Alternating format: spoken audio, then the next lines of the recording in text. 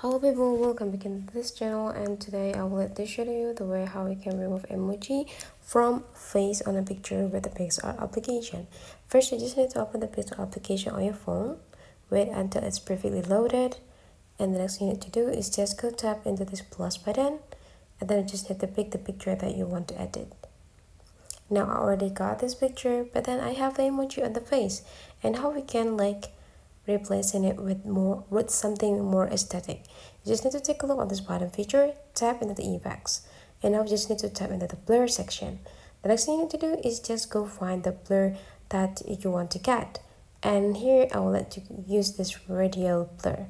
And this radial blur, I will let you adjusting where I want to keep the area being clear and the other one being blurred. Now take a look on this top features, tap into this icon. Now you just need to tap into the face, and after you're done, you just need to go with this checklist button.